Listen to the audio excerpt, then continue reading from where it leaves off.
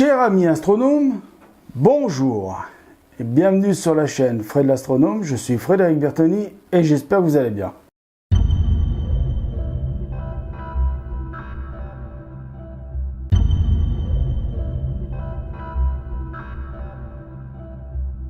Alors, une petite vidéo pour répondre à une question d'un abonné. M'a un peu plus son nom, mais c'est pas très grave. Enfin, c'est pas très grave, si c'est grave, mais bon. La question finalement concerne un peu tout le monde. Il m'a demandé, est-ce que tu pourrais pas faire des vidéos pour nous expliquer ce qu'il y a à voir dans le ciel en ce moment.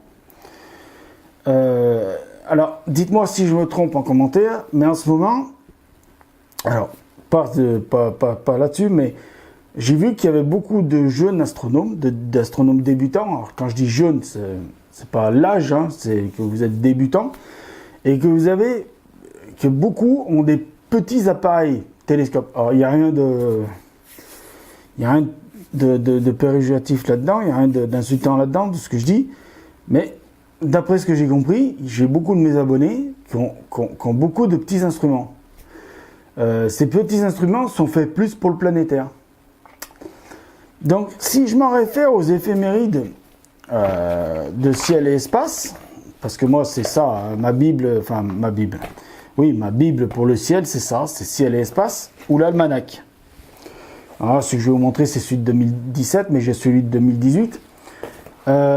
C'est pas forcément, comment dire, c'est pas forcément quelque chose de facile à faire, parce que j'avais déjà fait des vidéos, ce qu'on appelle des vidéos éphémérides. Et il y en a qui m'ont dit, on n'en a rien à foutre. Toutes ces infos-là que tu nous donnes, Fred, on les a déjà.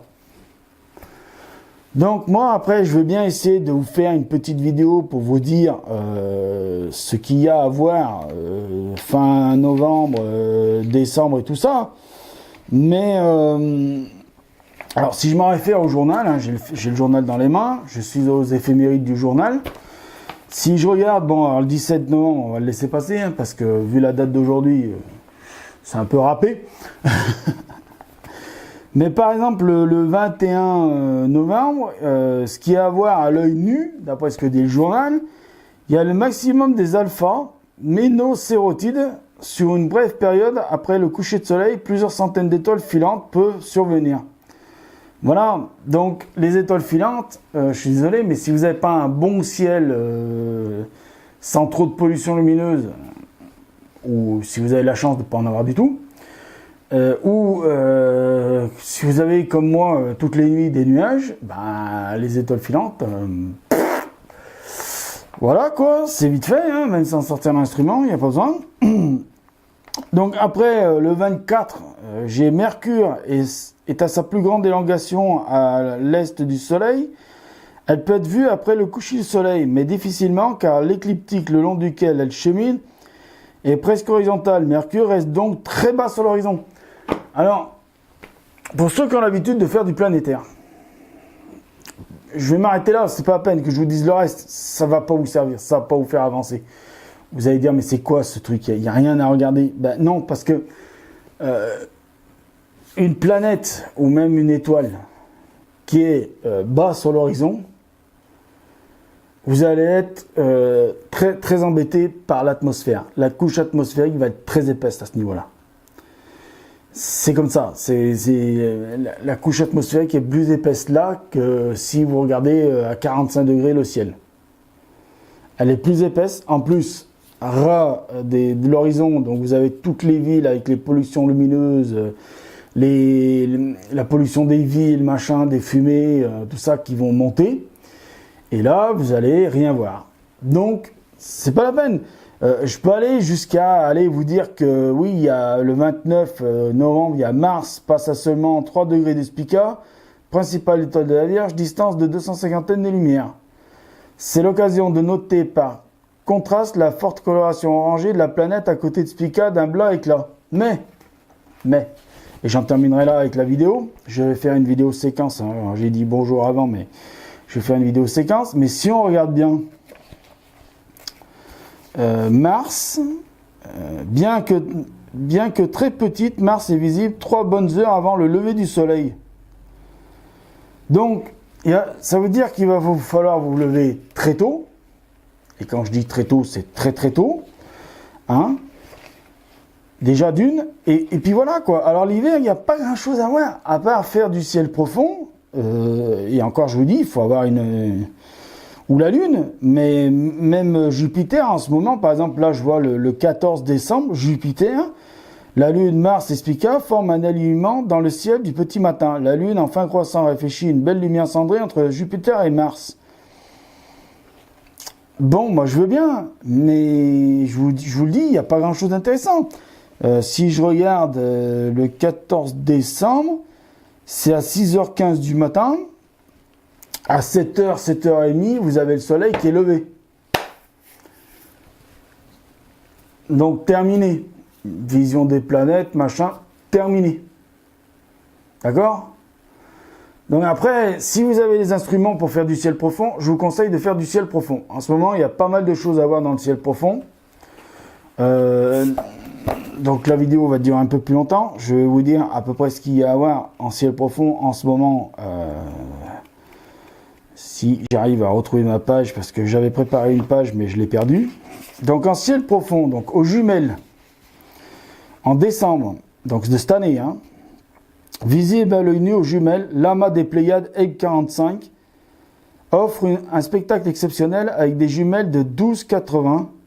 Près de 200 étoiles peuvent être recensées, excusez-moi, dans le plus attrayant des amas ouverts du ciel boréal. À l'ouest, Aldéberande, un autre amas ouvert, mérite que l'on s'y attarde. Les Iades se composent de plus de 300 étoiles, mais plus dispersées que celles des Pléiades. Voilà. Après, on va aller sur les lunettes astronomiques, et puis petit instrument. Hein. Donc, on va partir sur 2 amas ouverts, sont facilement accessibles. NGC 1647 et 1746, de magnitude 6,4 et 6,1. Le premier est de loin le plus intéressant et renferme quelques 200 étoiles avec un champ de 45 minutes de diamètre.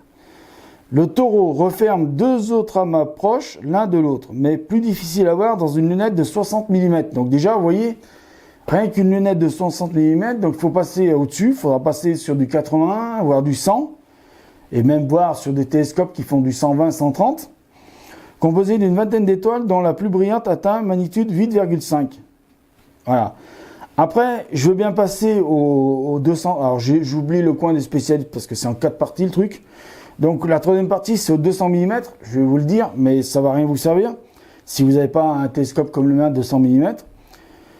Donc, au 200 mm, vous avez la nébuleuse du Crabe. Se repère assez facilement dans un télescope de 200 mm, issu de l'explosion d'une supernova observée en 1054.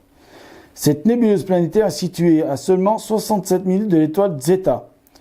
Cette imposante masse de gaz est encore de nos jours en expansion rapide. Ces longs filaments deviennent perceptibles dans un instrument de 300 mm de diamètre. Donc vous voyez, même dans un 200 mm, vous ne pouvez pas voir grand-chose. Bon, alors vous allez voir la nébuleuse, mais vous voyez, il n'y a pas grand-chose à voir en hiver. En hiver, c'est soit vous êtes très bien équipé pour faire du ciel profond, et à ce moment-là, vous allez vous amuser comme des dingues à faire du ciel profond, ou soit vous allez faire un peu de planétaire, mais vraiment très peu, ou la Lune, à voir. Hein. La Lune, d'ailleurs, par exemple, la Lune, tiens, j'ai perdu la page, c'est dommage, la Lune, il y a un truc à voir avec la Lune, alors j'ai pas noté, mais parce que j'avais pas très envie de la faire, la vidéo, celle-ci, mais par exemple, j'avais vu un truc avec la Lune le 31 décembre, dans la nuit de samedi à dimanche, la Lune occulte l'étoile Aldéberande. Le phénomène qui ne se reproduira pas avant 2033 est visible uniquement depuis la moitié nord de l'hexagone. Dans le sud, on voit l'étoile du Taureau passer au ras du pôle sud lunaire.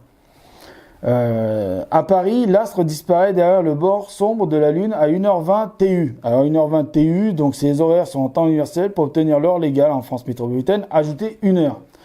Donc, si c'est à 1h20 TU, c'est à 2h20 TU. 2h20 à votre montre. D'accord?